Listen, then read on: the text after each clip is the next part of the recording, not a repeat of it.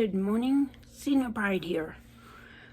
Today I'm going to discuss a topic that, quite frankly, I had to do a lot of research on because this is not something I'm knowledgeable about, but I felt like it was something that might be worth discussing, and it's natural versus what I would refer to as assisted aging. First of all, please, I'd love your input. This is anything that isn't natural, anything that isn't organic, is something that I had to research, and I'm sure those of you with experience have much more information and can contribute a lot.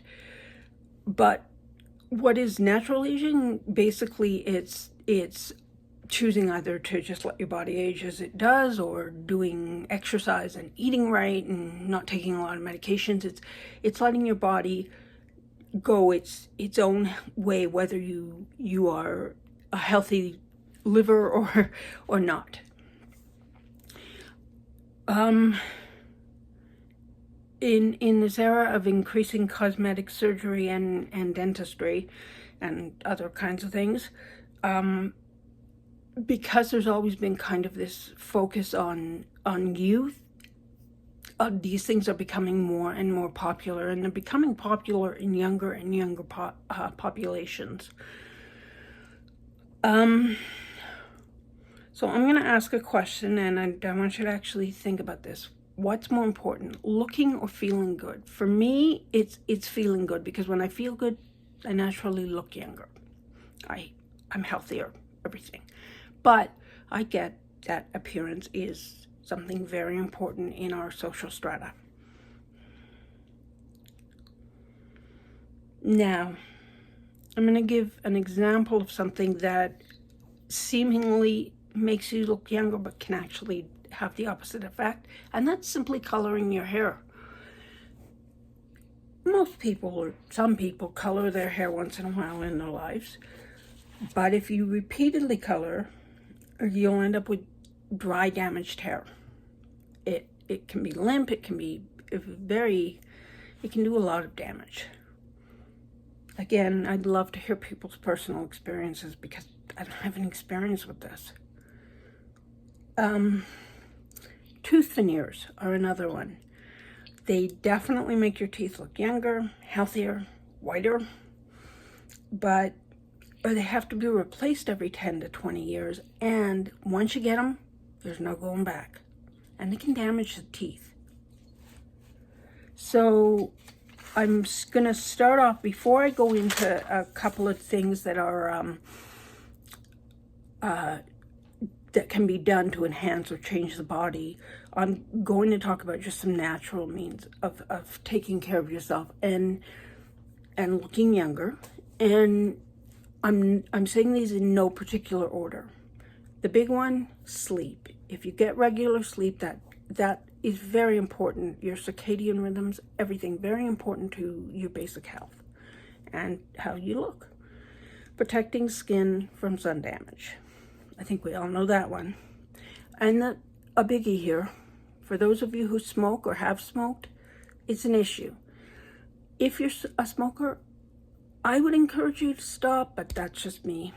I had a biological father who stopped, and 30 years later he died of COPD, but then he was a 3-pack-a-day smoker when I was a kid, and it affected him badly.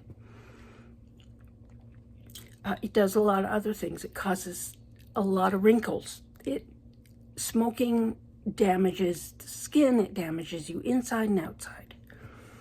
Okay, I think I've made my point. Eat healthy. If you can, eat as healthy as you can. We need those vitamins. We need a lot. You know that line your mom used to feed you about eat your veggies? Eat your veggies. We need them. And eat things with probiotic, like blueberries are wonderful, because they have a lot of antioxidants, and antioxidants are important for us. Get regular, if daily, if possible, exercise. Move. Your body is meant to move, so move it. It keeps the muscles healthy, it keeps the bones healthy. For me personally, I do a number of different things, one of which is weight training, because it maintains the muscle health and it maintains bone health.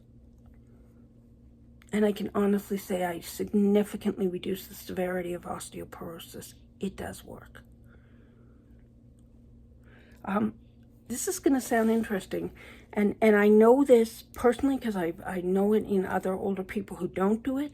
Maintain healthy posture. Do everything you can to build up your posture properly, because posture holds the body the way it's supposed to be held, and everything kind of moves in where it's supposed to be versus just being bent over and hunched and everything kind of falling out. It makes a difference. You look younger. Limit caffeine and limit alcohol. And again, caffeine increases wrinkles. Now, there's nothing wrong with maybe a cup of coffee a day. It's when you start drinking, it's when you're drinking a lot of coffee, a lot of caffeinated teas, a lot of just caffeine. So it should be noted that green tea is wonderful for the antioxidants.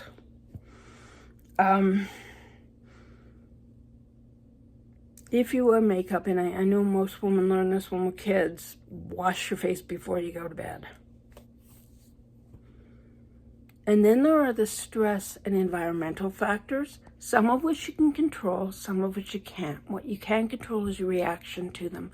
So if you're feeling very stressed, do something to kind of relax yourself, whether it be physical exercise, meditation, something that will help to reduce the feeling of stress in you, because it does show on your face, it does show in your body posture, it shows everywhere. Okay, and this is important. Remember that aging is a normal phase. We're supposed to age. It's okay, despite what society tells us, it's okay. Okay, so now I'm going to go on to what I talked about earlier, which is like assisted aging. And I'm going to start with veneers, tooth veneers.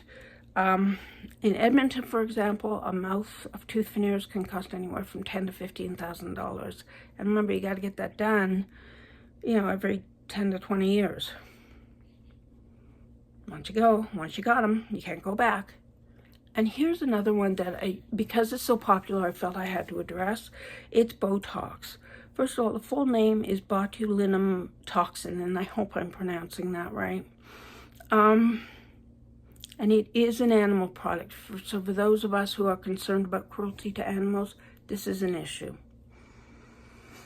What it does is it prevents muscles from moving. So when it's inserted into the muscle, when it's injected into the muscle, it stops it from moving. Treatments must reoccur.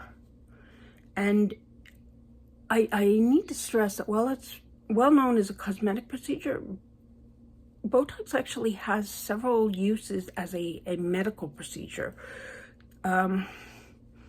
So, for example, treatment for neck spasms, overactive bladder, all kinds of things that you wouldn't expect because it stops the muscles from moving.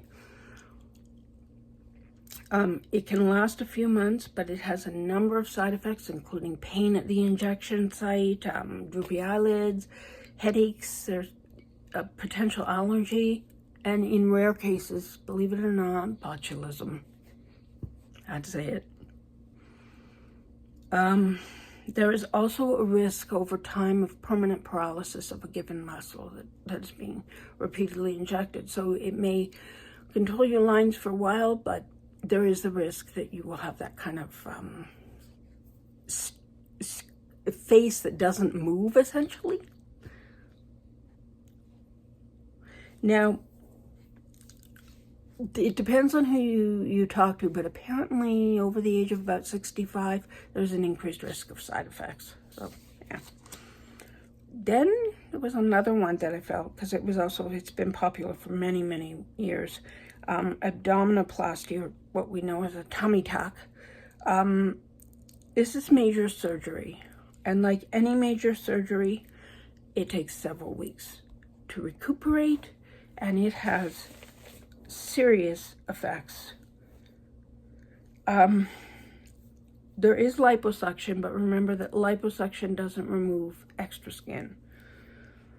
Now, because it's major surgery, even though It's something that it reduces your size. Someone who is overweight or obese is at greater risk. And the fact is, if you've got a BMI of over 30 or more, you're not a candidate for this surgery. So it's actually ironically for people who are thinner. Although 30 isn't thin, but you know what I mean. Okay, now here's another one that's is increasing in frequency and is quite frequently done. Breast augmentation. And they're done in different ways. So for example, silicone or saline implants or fat transfer. They can last 10 to 20 years. And again, like most surgeries, they have serious potential side effects. There is the risk of failure. There's certainly the risk of infection, as there is with all surgeries. If you're in good health, there's actually no upper age limit. And then the backside, the butt lift or implants. They can last over a decade if you're lucky. Now, here's the interesting part. Because it is major surgery, because something is being either inserted or removed or added, you can't sit down for at least 6 weeks. So just consider that. And again, there are age issues, but it depends on who you ask. So I didn't put a specific age because everything was different. Okay, blepharoplasty, known as eyelid surgery.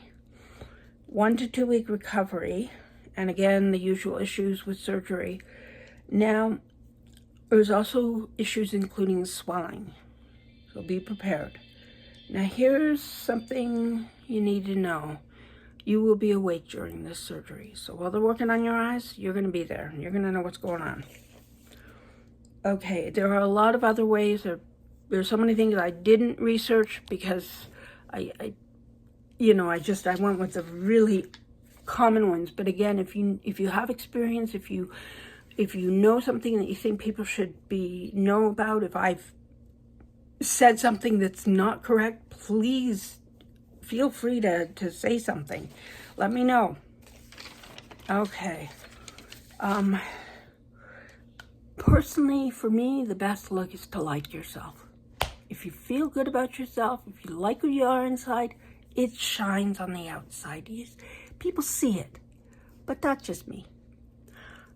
If you enjoyed this video, and I hope that you at least have some feedback, please hit subscribe and explore.